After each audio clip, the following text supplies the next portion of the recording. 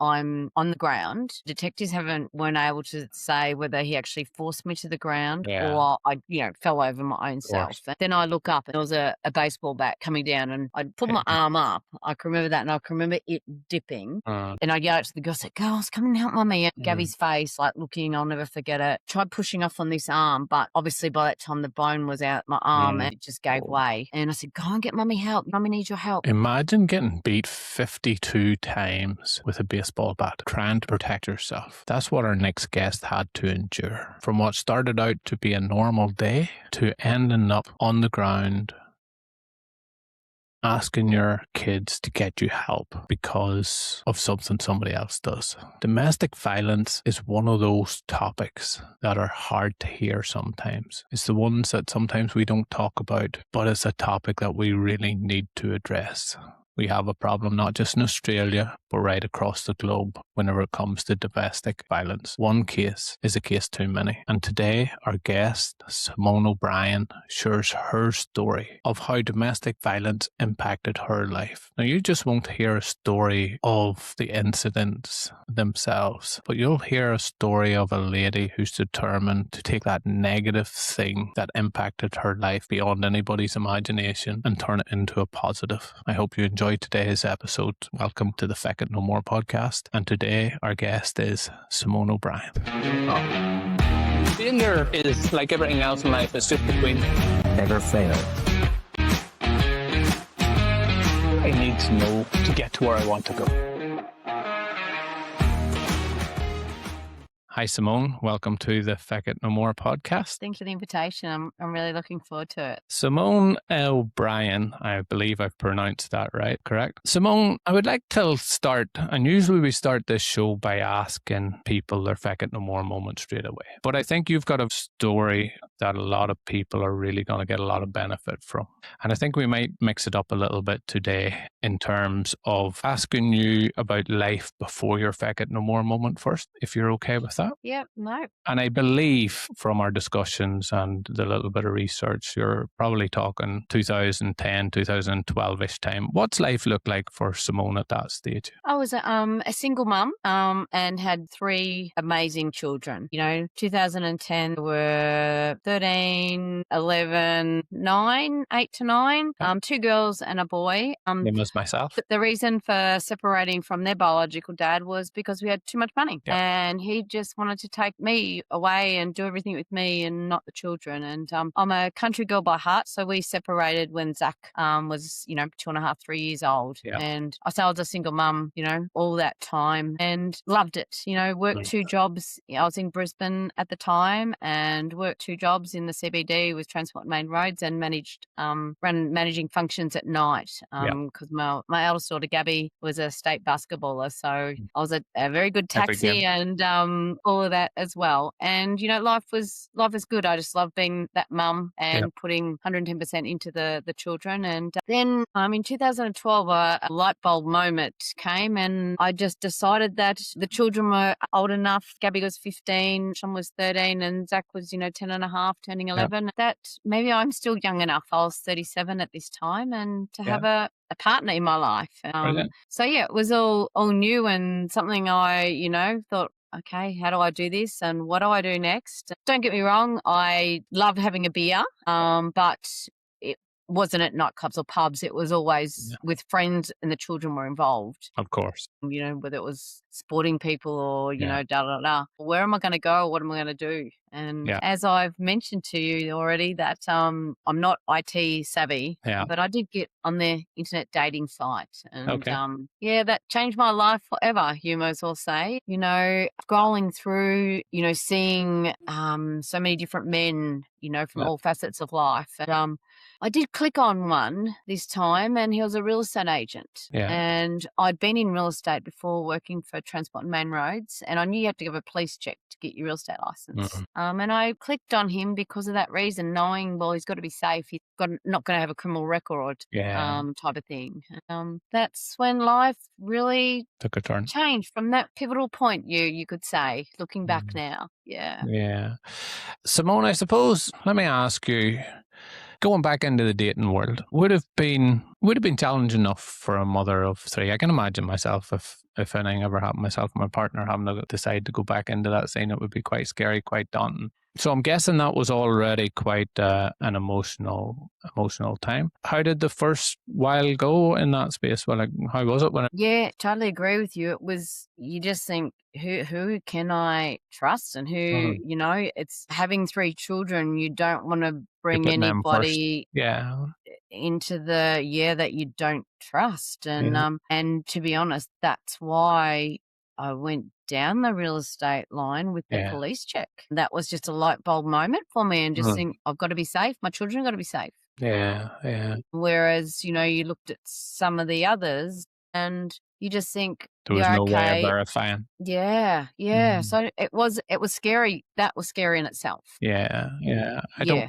I don't doubt that in the slightest. So how did it start out? How did the new relationship go on? I suppose talk us through what came next for you. Yeah, so I did put boundaries in, like mum, I suppose, and just said, hey, look, I can't talk to 9 o'clock at night. Yep. My children come first, you know, whether it's homework, dinners, just family time on the couch and all that type of stuff. And he took that okay. Yep. That was good. And so then we did speak through the dating app.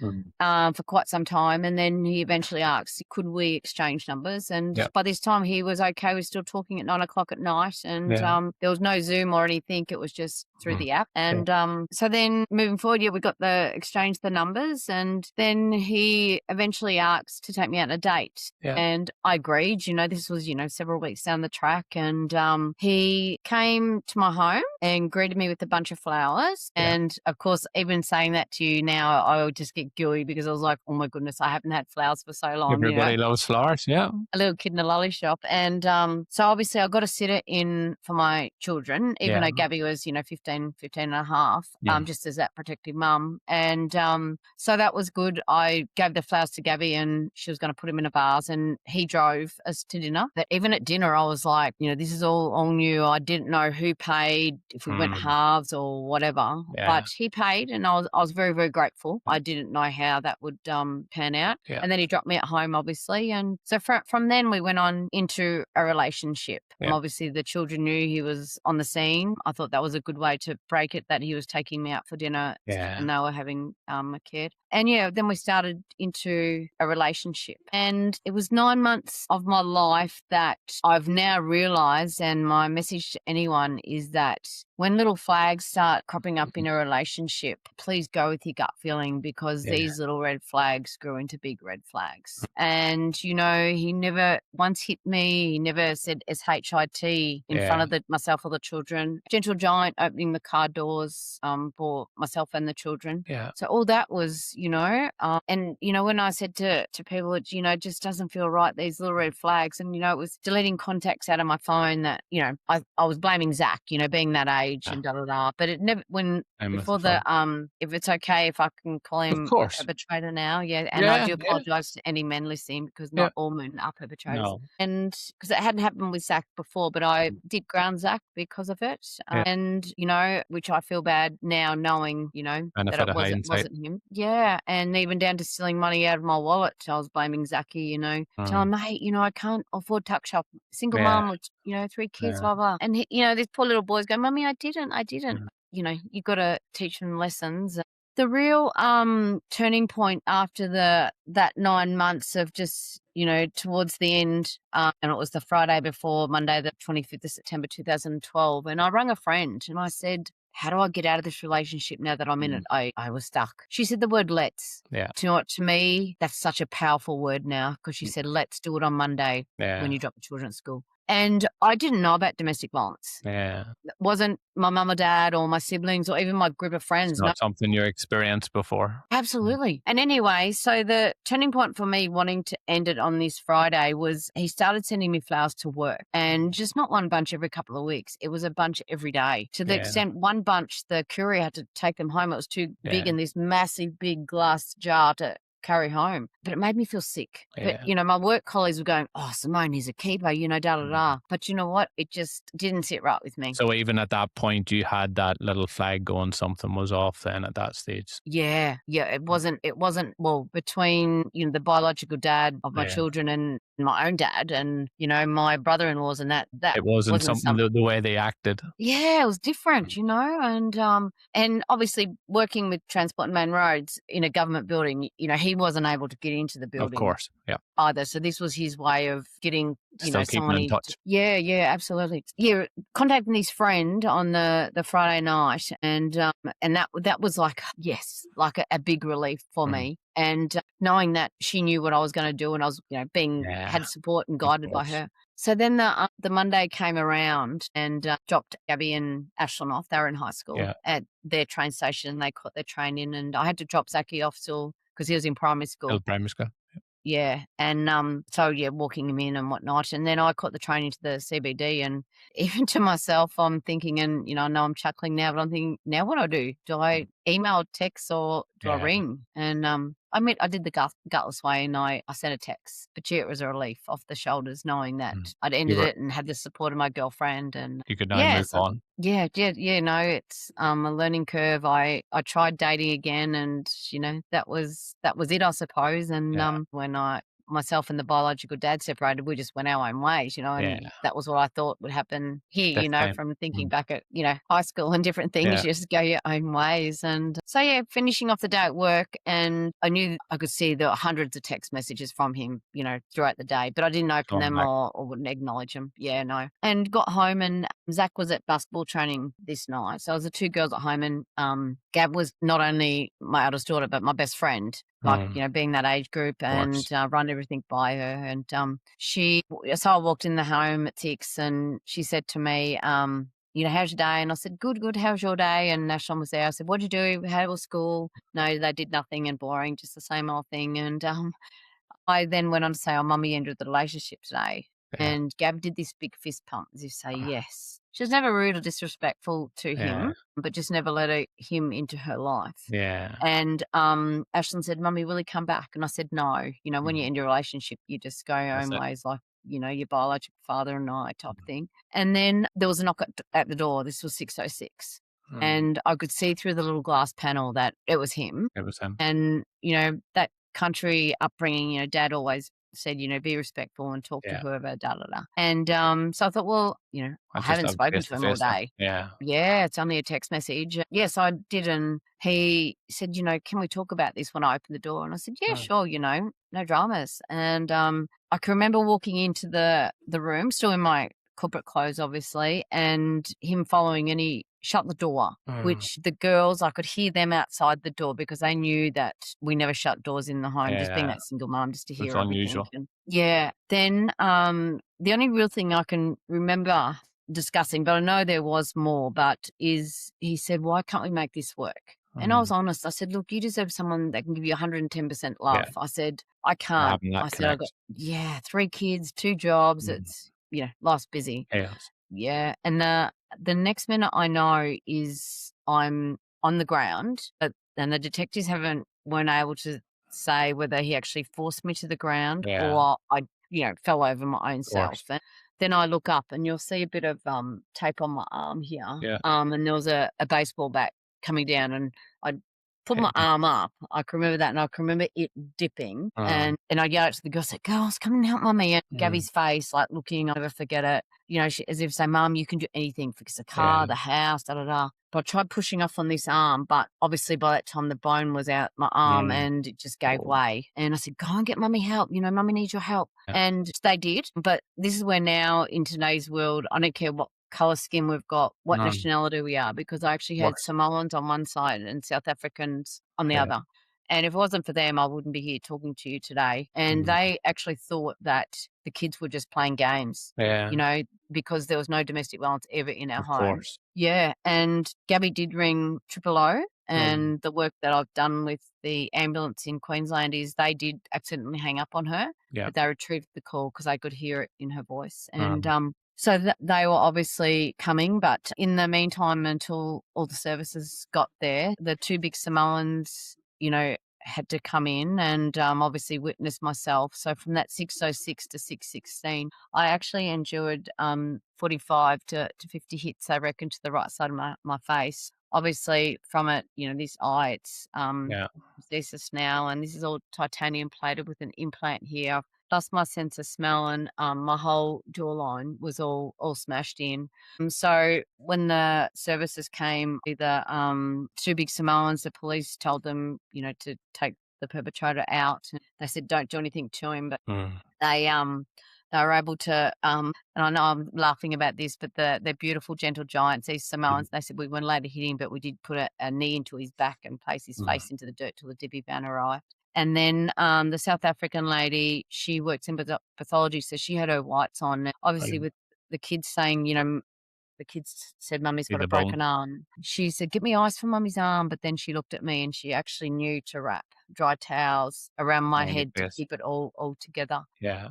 And then eventually the ambulance were the last ones at the scene. And think Dr. Stephen Rashford, the high, AMBO on there up in the MICA group, he had to put me into an induced coma at the scene. And apparently I was still conscious, but in excruciating pain. I was talking to the South African lady saying I needed a tissue. My nose was running and she just knew my face was just mush. It was just blood everywhere. And then, because the children thought I was obviously dead at the scene, and but they did put me into an induced coma to stop the swelling of the head. It wouldn't block my windpipe. And then that was, obviously I was taken off and the children were taken to the police station to do their statements. At 2 a.m. On the 26th now of March, she's at the 26th of 2012, the children did have to come and say goodbye to me, which that just takes me away a hard time, because that 26th, not only did they have to come and say goodbye, but it was actually Ashlyn's birthday as well, my middle daughter. And that's something now she's, turning 26 this year, and it's still her. She has that memory. Yep. It's her birthday. So I obviously got through that night after they said goodbye, and then the next night they had to come in and say goodbye again. But they said, Mummy, you're 3 to 5% chance of Mummy surviving, but she'll be a vegetable, tube fed, won't be able to walk or talk, or, the list went on. And so they came in again and said goodbye. And then they were told it was the next 10 days will be touch and go.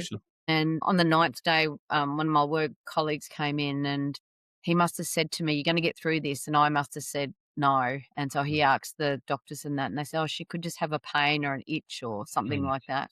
So, from this, from that moment onwards, basically, I actually thank the perpetrator for hitting me so many times, because if he only hit me 5 or 10, he wouldn't have shattered my skull like it was shattered. So I'm no doctor or no nurse, but I've learnt that because any brain injury hits the brain, it just swells. And because my skull was actually shattered and the brain was moving, it gave it room to flex and move. Yeah, and that's what kept me into that induced coma for so long. And coming out, eventually waking up and not knowing why I was there or what I was doing. And apparently I had a sign above my bed saying, don't tell me what had happened. They didn't know, what my brain, what damage or anything. So it's, to that moment there, waking up in and realizing that, I've had something go wrong. My brain was still mush. Didn't know why I was there or what for or anything. And and I just adapted that. The room was my home basically, and the children would come up on a daily basis. Well, the two girls would, and I'd always say to them, "Where's my Zachy? What's he doing?" And I now know they made up a party pie and told me a lie, but I've since found out with the work I'm doing with all the doctors and nurses and everything that Zach did come up every day, but he was in the corridor vomiting and crying and saying, that's not my mummy in there. Yeah. Simone, and first and foremost, I'm so sorry that it happened to you, because that should never happen to anyone. And to hear your story, and like from somebody on the outside, it breaks my heart to listen to it. So I can only imagine what your son was going through and your kids, your girls, but it must have been really difficult for them. Absolutely. And, that's where today that ripple effect is, Mm. even though I'm doing what I'm doing, it's their mental health as well, Yeah. and that's my message to anyone listening or, going through a tough time. Grab counseling. It's the bomb. We should be Yeah. having counseling over spilt milk. And I agree. yeah, it's something that, even if you can't get into a counsellor or something, just ring that 1-800 respect number. You'll be able Yeah. to speak to somebody, and that, you're not alone. That is really great advice, Simone, because so often we feel like we have to just keep suffering through what we're doing and we have to keep it to ourselves. Absolutely. And I think that's absolutely amazing advice. Counseling is something that I've certainly had to do over the years for different things, and I recommend it to anybody as soon as they are going through any type of a hard time. Yep. They want to be getting the right support. So you're in the hospital, and your son is not able to come in and visit because of the time. Tell us what else is kind of going on at that stage then. How long's the recovery process? I know that you've had quite a few operations to get through that, but do you want to explain that for the listeners? Just what was the next Yeah, part sure. of it? So, as I sit here, like, my recovery is every day, and that's where I'm a prisoner in my own body for the rest of my life. And I'm now located back in country Victoria, and that was to rebuild myself and the Of course. children, around family and friends. I have had 52 operations as I speak to you, and I've got 2 more to go, which is they're trying to draw out as long as I can because I'll probably need 2 of them, but that's a whole jaw reconstruction, which I'm Yeah, not looking forward to. of course. And the dead eye is actually behind my prosthesis, and that's more of a just for a pre-warning because it's 1 in 70-odd thousand chances, but it could put a disease into my other eye, which Yeah. obviously then would make me go blind. So that one's, it's more the jaw reconstruction on just my jaw when I was in the brain rehab because I had to learn how to walk and talk and get Yeah. dressed and different things again. My jaw would only open 7 mil. Yeah. So a McDonald's chip doesn't fit Doesn't into fit. your jaw then. So I'll never have a jawline like a normal female. Yeah. But the reconstruction is because I've, found obviously a lot about our jaw. It's right back behind your ears is where all the damage is done. Connects. And, but I've had, not teeth have been missing and whatnot. So I've had, all the dental work done as well and wearing braces and all that. So it's, my messaging in there and, I've rocked many a weird and wonderful hairdos along my journey and I've realized that your hair can grow back, your nails can grow back, your skin can grow back and whatnot. And, this skin graft here on my head that I've got on my forehead, they've actually taken a blood vein from one of my arms to thread it through my neck to keep that skin graft alive. It's pretty amazing. Our body isn't amazing. So it's, a part of my daily routine, I suppose, now that you can say my recovery.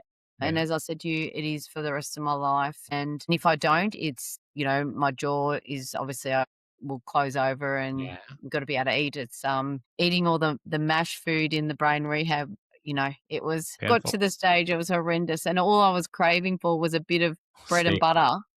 Yeah, well, Something not you even could that. It chew. was, just something normal. Yeah. And but yeah, it was it's something now that I suppose I've got that never give up, keep smiling, Right. stay positive attitude. And smiling at someone can change someone's life. Make a difference. Yeah, no, Yeah. that's very, very true. I suppose your story, and whenever I first come across you on Instagram, and we'll certainly put out the links towards the end of the show. We'll talk a little bit more about that.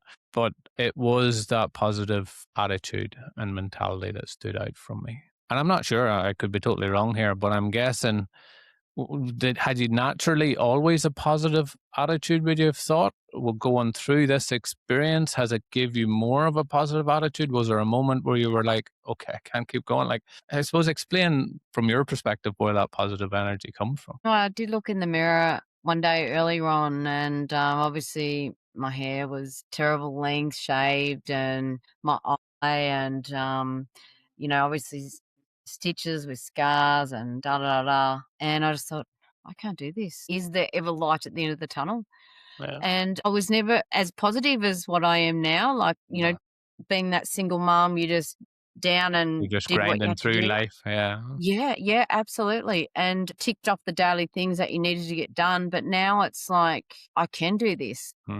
It's being asked to run the New York Marathon. Brilliant. And I said yes to do it, in which then I had 6 months off of operations, but still kept the treatment going. And to that, I just wanted to prove to people here in Australia that you can go from the brink of death and run the world's biggest marathon. We can do anything. You know, even today, I prefer to walk everywhere than drive a car down the street. And, you know, I run every day, which, you know, with one eye can be hard some days. And I know running with two eyes is very hard, so I can only imagine.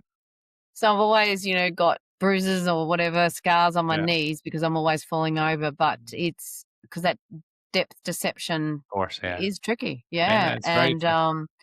Even actually running the New York Marathon, the road that you'd think it'd be nice surface, it was very potholy and it was not best. Just now that's just my you know, walking each day, probably clocking well over 20,000 steps, and people go, "You're crazy," but you know what? It's good for my mental health as well. Okay. I'm really glad you've said that because, look, I am a firm believer in my own mental health. I started running at 30, and the difference between my life at 30 to 50 is totally, I put it down to the activity of movement. And I've done running, I've done triathlon, I've done ultra running. But for me, that movement and getting out and either walking or just being in fresh air is something very powerful for the mindset. So, absolutely. And how we feel. Can I ask, before we go too far, did you enjoy the Boston Marathon? It was amazing. Yeah. Do you know what? I had to leave my motel room at 5 a.m. in the morning, and my race wasn't until 11 a.m. because there's 75,000 runners. They let them off in time stages, don't they? Yeah, and I did it in 4 hours and 17 minutes. That's excellent. Congratulations. I thought I was going to do it under 4, but it was 75% like going up a hill the whole way. And I then, of course, the day I did it started daylight saving, so it was dark, pitch black at 5 o'clock, and I had to get a little bike man because the city was shut down to drive me home. All I was craving for, because I hadn't eaten all this time, I had a music bar on the way over to Sutton's Island, and I was craving for a donut and a can of Coke. Yeah. And because it was so cold, and that's with the training for the 6 months, I actually had to get up at like 2 a.m. in the morning because we were going into summer to get that coolness. To acclimatize my body to do a 30K run and whatnot. With in a New York City, the motels are so tiny. They had the bath over the shower, so I had to try and get my leg over the bath just to even have a shower after the run. Oh, gee, I was in pain, but it was the most amazing, you know. Just congratulations for doing that. Anybody that does a marathon they definitely have enjoyed it. Have you done any other marathon since that? Are you still running? Or? I did one before that in Melbourne, but now I've done a half and a 10, and I'm just happy now. I won't register to do anymore. I think I've done the pinnacle, and proud of myself, and an awesome time as well.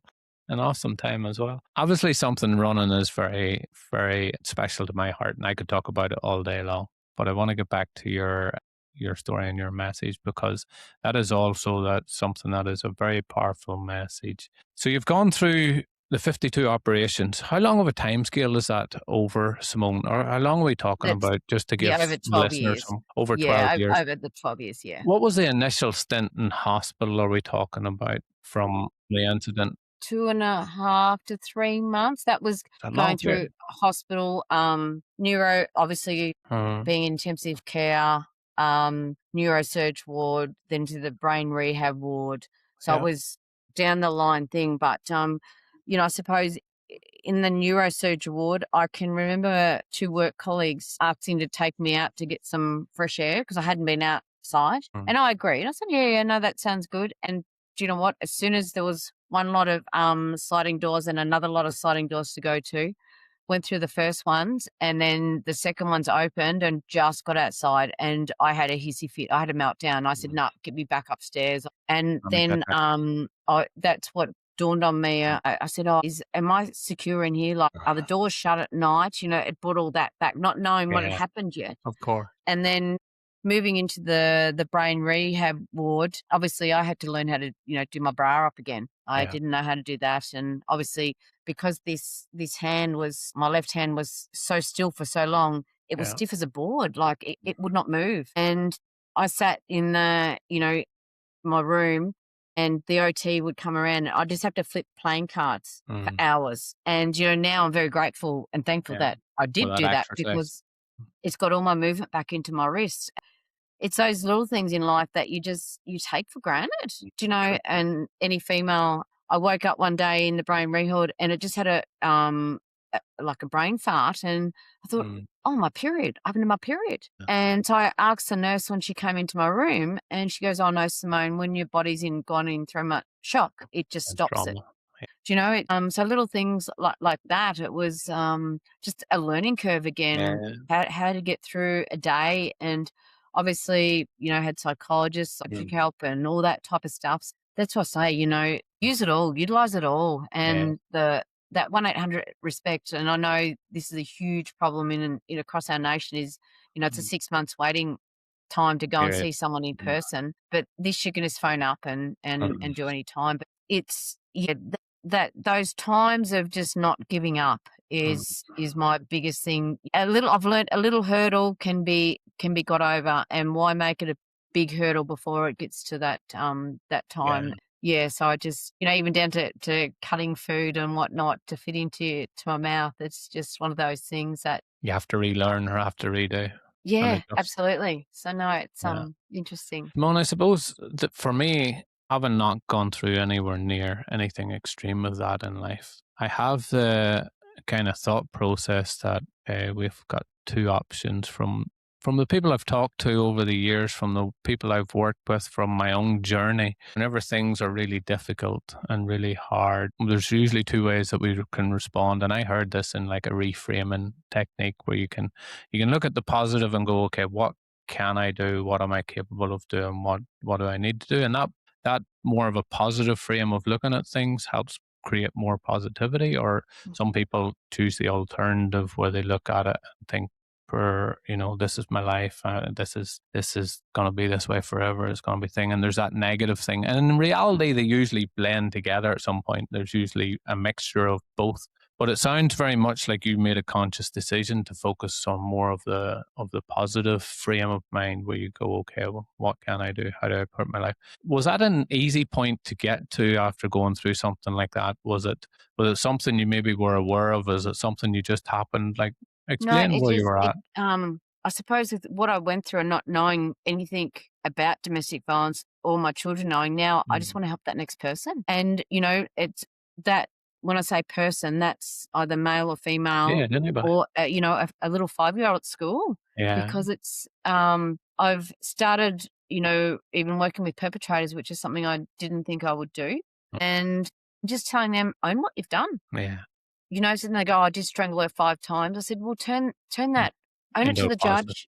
Yeah, and then go into the schools like I am. Yeah. Which is talk about it, make it a positive. Absolutely. And I suppose it's down to, like, I don't remember any blows to my face, which is great. I only remember the arm. And so then I'm able to help the ambulance system because the drugs that they gave me at the scene has blocked that part of my brain out. Yeah. So it's, just looking at everything in a positive way and then a negative way. And and especially with young children, even teenage children, obviously a lot of them come up to me and say, whisper in my ear, my dad's been sexually assaulted me for 8 years or something like that. Or, you're speaking to preppies and they're putting their hands up, my dad did this last night to my mum. Great, that's a red flag. And that's where we can help these young generations start before talking they get about to 10. Yeah.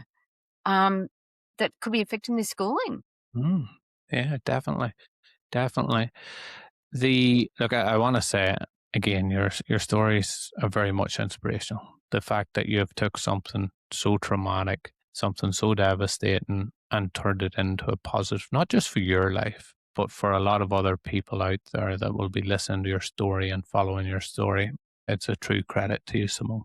I don't realize that, I suppose. It's you know, and people say, "Oh, I follow you everywhere, Simone, and what you do and everything." And, you know, they say, "Just thank you for being you." And, you know, if we can all work together as a team and help the crisis our nation's in, and, you know, Yeah. we're achieving stuff as a team. It is definitely a big problem, not just in Australia, but I would say globally.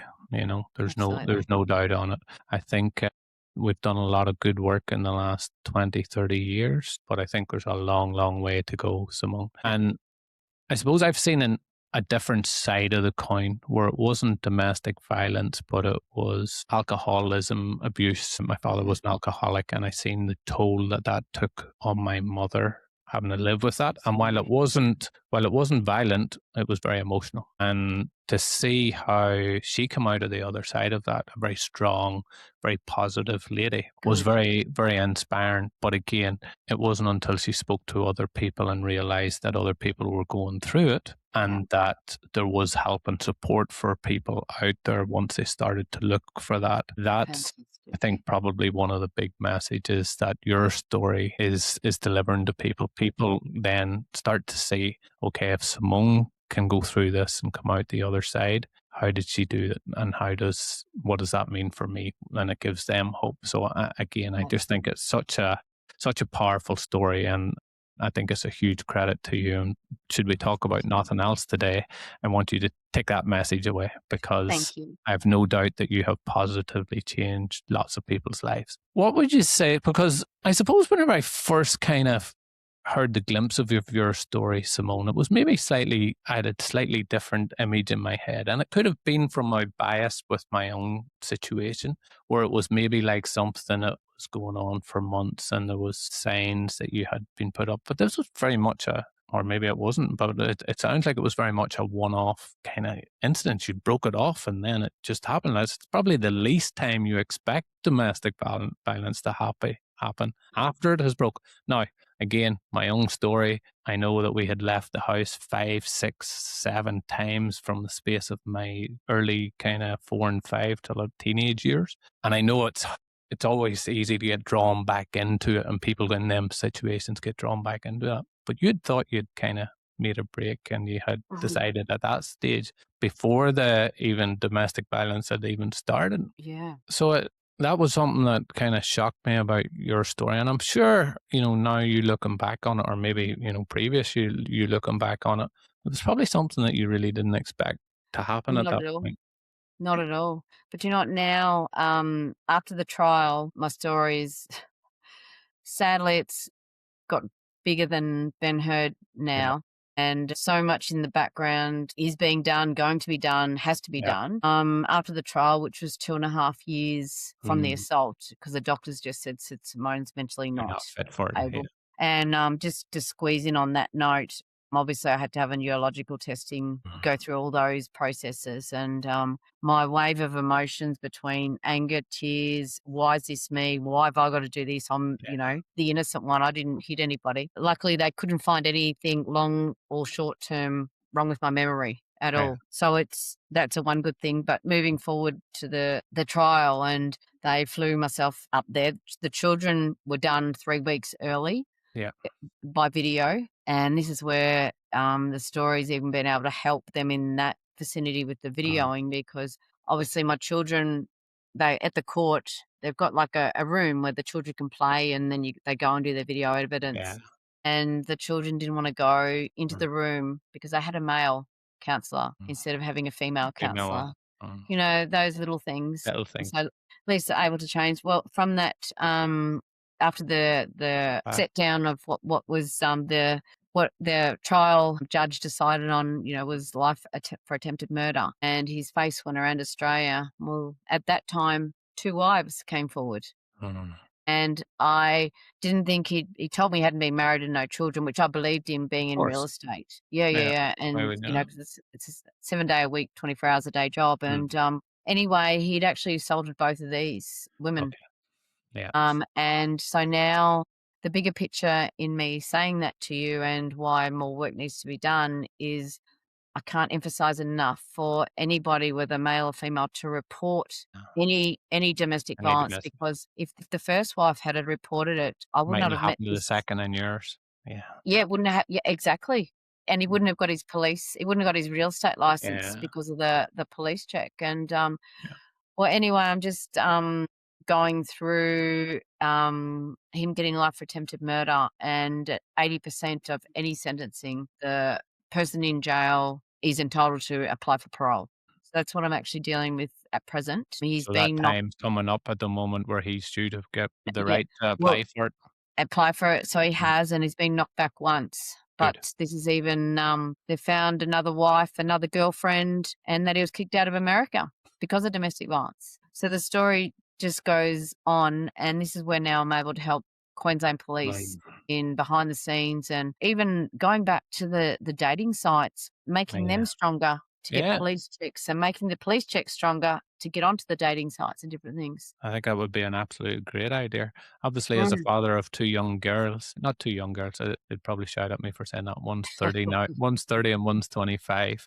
But one of them has just settled down in the last 5 years with a loving partner. The other one Nice. is still single and still very much going through the dating scene. So I'm a supporter of anything that helps them be safer while going through that process, like Well, this is why most reasonable people are. yes, and this Mm. is where, either sex, there are bad Mm. females out there, and, Yeah.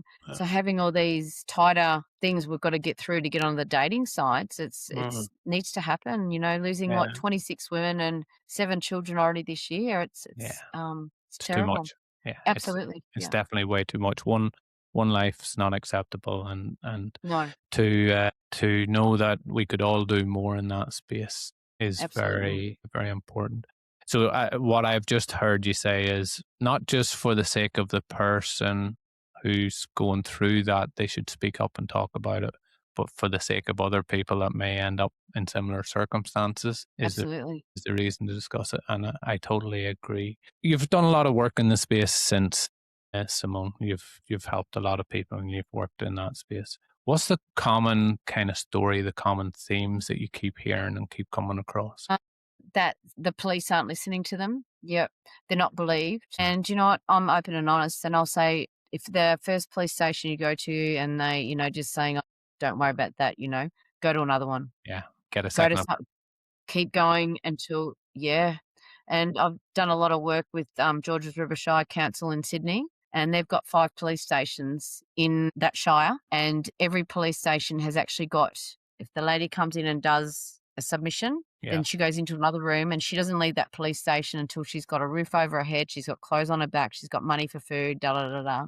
That's what brilliant. should happen around Australia, Yeah, you know? I 100% agree. I think that any family that is in need, especially in them hard circumstances, they should be taken care of first and foremost, no matter what. Absolutely. No questions asked. I think as a human race, that's probably the least that we can do. It's so sad to see these ads where women and children are in a tent, Yeah, or in the back of the car type of yeah, thing. It's not their fault that they're in that situation, yeah. it's yeah. So yes, no, it's I totally agree. I totally agree. Any other common themes that you happen to come across? Notice? too scared to leave, like to leave, I think that's an important one to touch base on and yeah, talk a to little bit leave. more about. And that in when they're in that situation, I let them I emphasize you've got to tell someone, Yeah, and don't leave by yourself. Make sure someone have a is plan in there. place. Yes. And my little help on that is prior to Mm, the day you leave is get all your documentation, yeah, passports, Medicare, all that stuff that takes time on the phone yeah. when you're trying to check birth certificates, You're trying to change something. bank accounts, get everything in a line so that you can just go, "Oh, this is what I've got, this is where I Yeah, need help." And because that's really good advice. that can be just daunting for a Mm, woman who's left and they haven't got a child's birth certificate, and then you just haven't got a yeah, Medicare card to go to the doctors, and yeah. it's just That is really really good advice. I remember leaving the house, getting bundled in a car with nothing on numerous occasions. So, and I know how difficult then it is to go if that parent's going to try and get support or help or advice, absolutely and they've so no scary. documentation. That's a really, and it's something It's probably the last thing you would be thinking about in one of them Yeah. circumstances. I mean, even if it's only a photocopy and leaving it at a friend's Yeah. house or somewhere, that, Mm. and even pack a bag so Yeah. that you have got, your toiletries and medication Mm. and all that. And, yeah. Do you think a lot of the reason people stay, Simone, is the fear of the unknown, or is it something else that you've kind of heard? Yeah, no, that unknown, I think, especially if, Mm.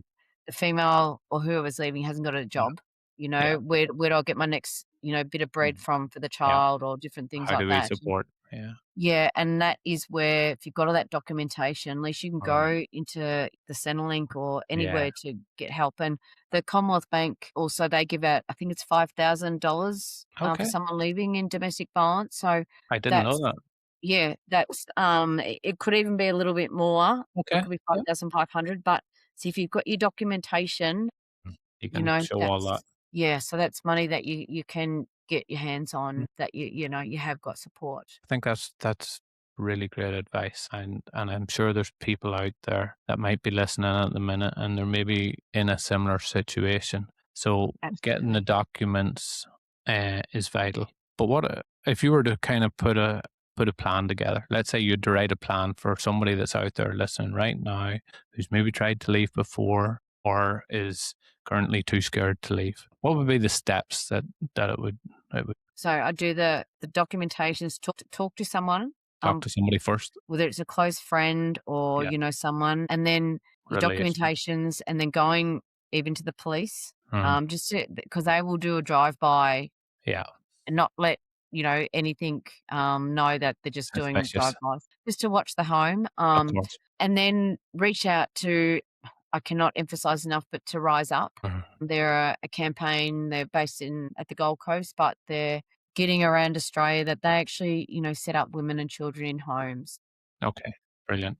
That's especially if they do end up in a shelter where they haven't got a bed to go to, Yeah. getting out. Yeah. So it's So that's Rise Up is the Rise organization, Up. is it? Yeah. Excellent. Yeah, Rise Up. I hadn't actually heard of Rise Up, so we'll definitely put a link to Yeah, their please do. site there. Yeah, and Gold Coast Suns are affiliated with them, so Yeah. those elite athletes go in and set up homes for Mm. women and children in need, and that's, getting to be in every. I'm not quite sure, they're not over in WA as yet, Mhm. but that's where they're going to be. Yeah. Otherwise, all the other states. There will definitely be something local as well in each of Yes. the states. I think the going to the police, making them aware of the situation is vital, and that you may be leaving as well. I think, and again, I'm just kind of going back to my own circumstances because I kind of live it. Just the fact, as you said, of speaking to somebody. Like my mother was lucky; she had relatives, or my father's relatives, close by who were very supportive and very aware of the situation, and they usually would have helped out and taken in and added Lovely. that support. But having that somebody that you can first and foremost just share what's going on Absolutely. makes it And a little bit more real. it does, and we've all got one good Somebody, friend yeah. in our life, and that's where, me talking to my friend and just asking her for rice, and, that let's word, but Yeah. What do you think stops people? I suppose like, what's the main thing that maybe shame, prevents shame, embarrassment? embarrassing. Yep. Yep. I definitely think that's what I had seen. My Yep. mother definitely didn't want to feel like she had let anybody down from walking away from relationship. Yeah. But for me, putting yourself forward and your kids forward is definitely not letting anybody down. No. It's No. certainly That's about rising up. very bravery. Yeah. Kudos to your mum.